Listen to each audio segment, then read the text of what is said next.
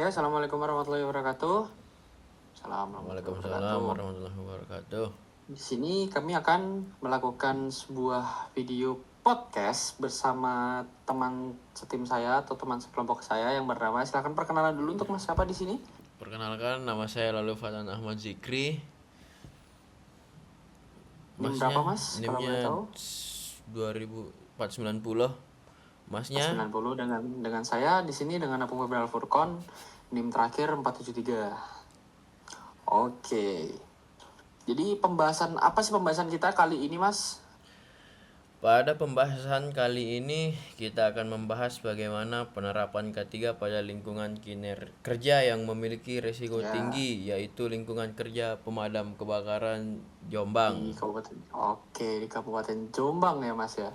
Iya Mas. Nah, jadi pembahasan kali ini kan membahas penerapan K3 di lingkungan yang memiliki risiko tinggi ya kayak Mas ya, di pemadam kebakaran Mas. Iya Mas. Nah, sebelum membahas lebih jauh nih Mas, kita tuh perlu memahami apa sih K3 itu Mas.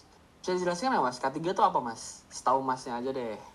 Setahu saya K3 itu upaya yang dilakukan untuk melindungi pekerja dari bahaya yang menyebabkan kecelakaan maupun kesehatan akibat pekerjaan. Gitu Nah, setahu berarti saya Mas. di setiap tempat kerja tuh mempunyai potensi bahaya yang berbeda-beda ya Mas ya. Misalkan Iya, ada di Mas. kantor yang cuman kita pakai laptop, pakai komputer di depan layar, ataupun yang seperti kita bahas kali ini di pemadam kebakaran yang resikonya tuh cukup tinggi ya Mas ya, yaitu untuk menghadapi api, panas, apalagi asap, kendaraan besar untuk menuju ke tempat kejadian kebakaran tersebut ya Mas ya. Iya, Mas. Nah, terus di kantor pemadam kebakaran ini resikonya lebih kompleks kan Mas ya? Iya. Serta kondisi yang tidak dapat selalu diprediksi Mas. Iya, Mas. Ada nggak hasil Benar. observasi kita Mas? Ada nggak sih Mas ya? Ada. Ada kan Mas ya? Apa tuh Mas? Berdasarkan hasil observasi kita nih Mas. Berdasarkan hasil observasi kita di kantor pemadam kebakaran Jombang kemarin itu, eh, dia itu punya beberapa area kerja Mas. Area tersebut itu ngeliputin area kendaraan operasional, tempat penyimpanan alat, area latihan petugas dan ruang administrasinya Mas. Jadi Banyak berarti Mas ya ya. setiap Ada area-area beberapa. itu jadinya punya potensi bahaya masing-masing Mas. Hmm. Terus tentunya kan ada risiko beberapa tempat tadi Mas, kayak di area kendaraan, gudang penyimpanan, area lapangan, area latihan juga ya kan Mas ya. Ya. Di beberapa identifikasi tersebut tuh kayak ditemukan beberapa jenis hazard nggak sih Mas? Kayak pertama hazard fisik ya kan, bahaya lingkungan, yaitu seperti ya panas wajar lah Mas ya. Terus terkena senggolan kendaraan, misal pas lagi ada keadaan darurat, tiba-tiba nyenggol kendaraan, itu kan bisa jadi hazard fisik ya Mas ya. Iya Mas. Terus yang kedua ada zat kimia juga Mas. Itu berasal dari zat yang mungkin dikeluarin dari mobil kendaraan besar, dan juga zat-zat berbahaya kayak saat pemadaman kebakaran juga kan ada kan Mas ya. Ya. Terus Bisa Mas. ada lagi nggak Mas zat selain itu Mas yang kemarin kita observasi Mas? Itu bisa hazard ergonomi Mas. Kayak Hazard ergonomi. aktivitas fisik, kayak saat posisi kerja sama penggunaan alat dalam waktu yang lama gitu Mas. Kayak duduk terlalu lama. Itu bisa masuk hazard ergonomi. Nah, terus Mas, menurut Masnya nih, pengendalian apa sih yang paling penting dalam pekerjaan pemadam kebakaran ini Mas? Pengendalian yang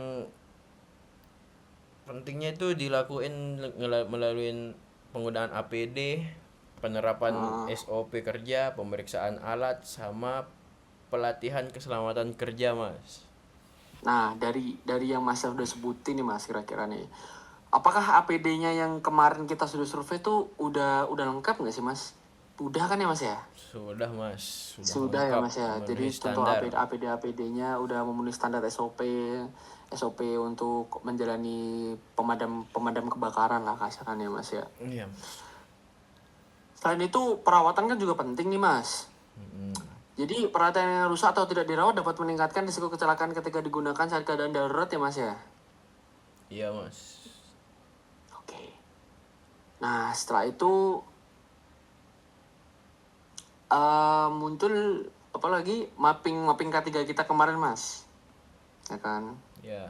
Nah jadi di ke kantor pemadam kebakaran ini ada beberapa area, yaitu kendaraan operasional, gudang peralatannya sudah dijelaskan oleh teman saya tadi. Ya.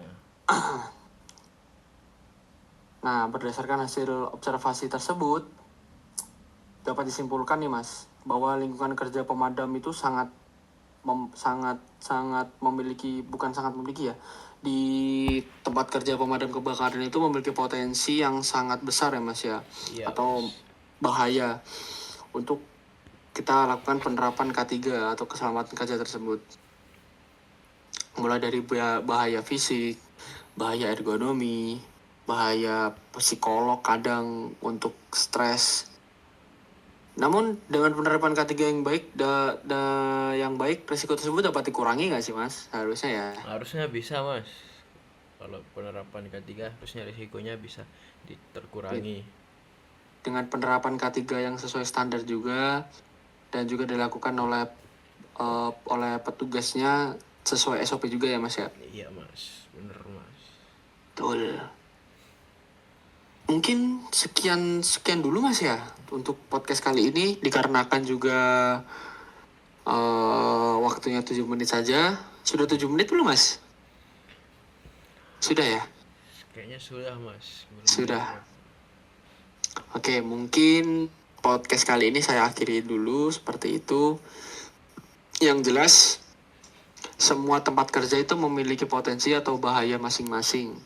Tergantung dari kitanya mau mencegah atau tidak. Yang penting harus sesuai SOP pekerjaan tersebut. Baik, terima kasih. Wa taufiq wal hidayah. Wassalamualaikum warahmatullahi wabarakatuh. Waalaikumsalam warahmatullahi wabarakatuh.